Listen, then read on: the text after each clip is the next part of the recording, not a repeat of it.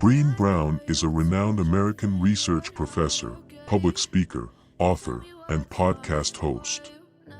She has spent decades studying topics such as vulnerability, courage, shame, and empathy. Brown gained widespread recognition after her TED Talk, The Power of Vulnerability, went viral in 2010. Her research and insights have had a significant impact on fields like psychology, self-help, leadership, and personal development. You're imperfect, and you're wired for struggle, but you are worthy of love and belonging. I don't have to chase extraordinary moments to find happiness. It's right in front of me if I'm paying attention and practicing gratitude. A deep sense of love and belonging is an irreducible need of all people. We are biologically, cognitively, physically, and spiritually wired to love, to be loved, and to belong. When those needs are not met, we don't function as we were meant to. We break. We fall apart. We numb. We ache. We hurt others. We get sick. There is no innovation and creativity without failure. Period.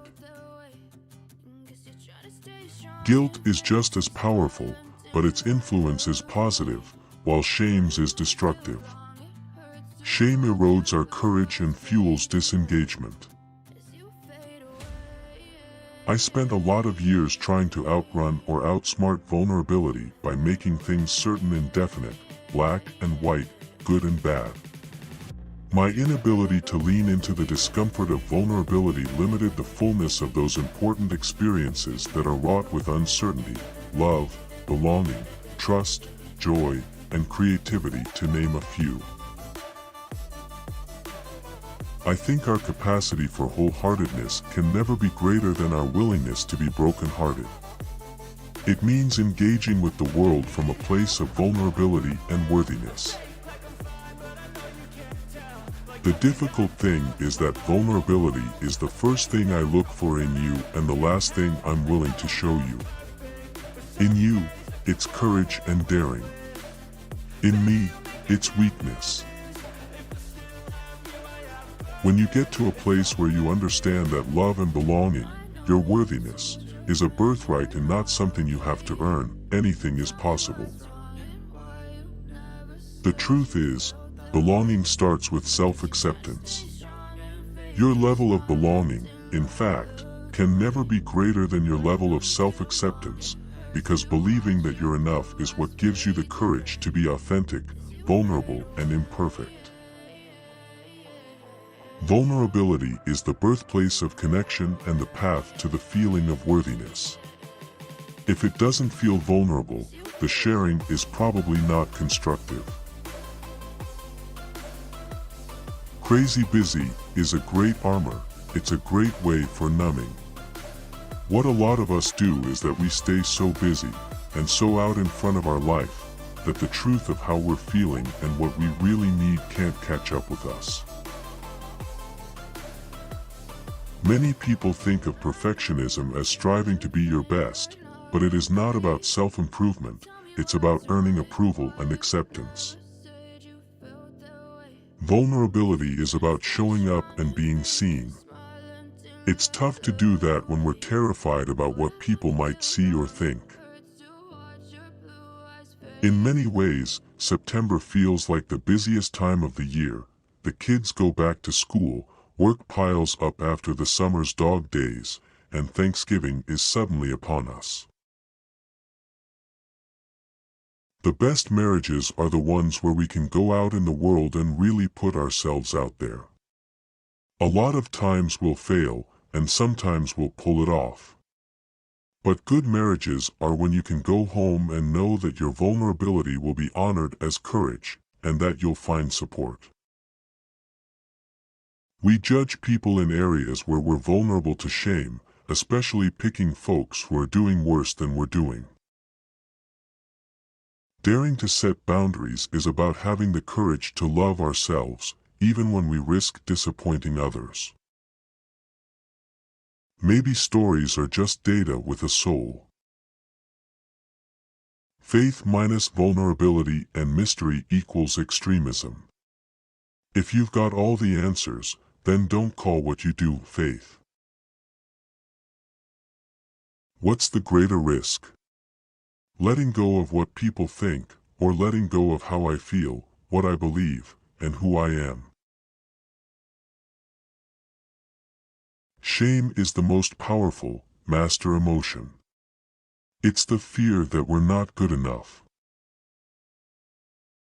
When you stop caring what people think, you lose your capacity for connection. When you're defined by it, you lose our capacity for vulnerability. Ironically, parenting is a shame and judgment minefield precisely because most of us are wading through uncertainty and self-doubt when it comes to raising our children. When we're looking for compassion, we need someone who is deeply rooted, is able to bend and, most of all, embraces us for our strengths and struggles. I carry a small sheet of paper in my wallet that has written on it the names of people whose opinions of me matter. To be on that list, you have to love me for my strengths and struggles. It's hard to practice compassion when we're struggling with our authenticity or when our own worthiness is off balance.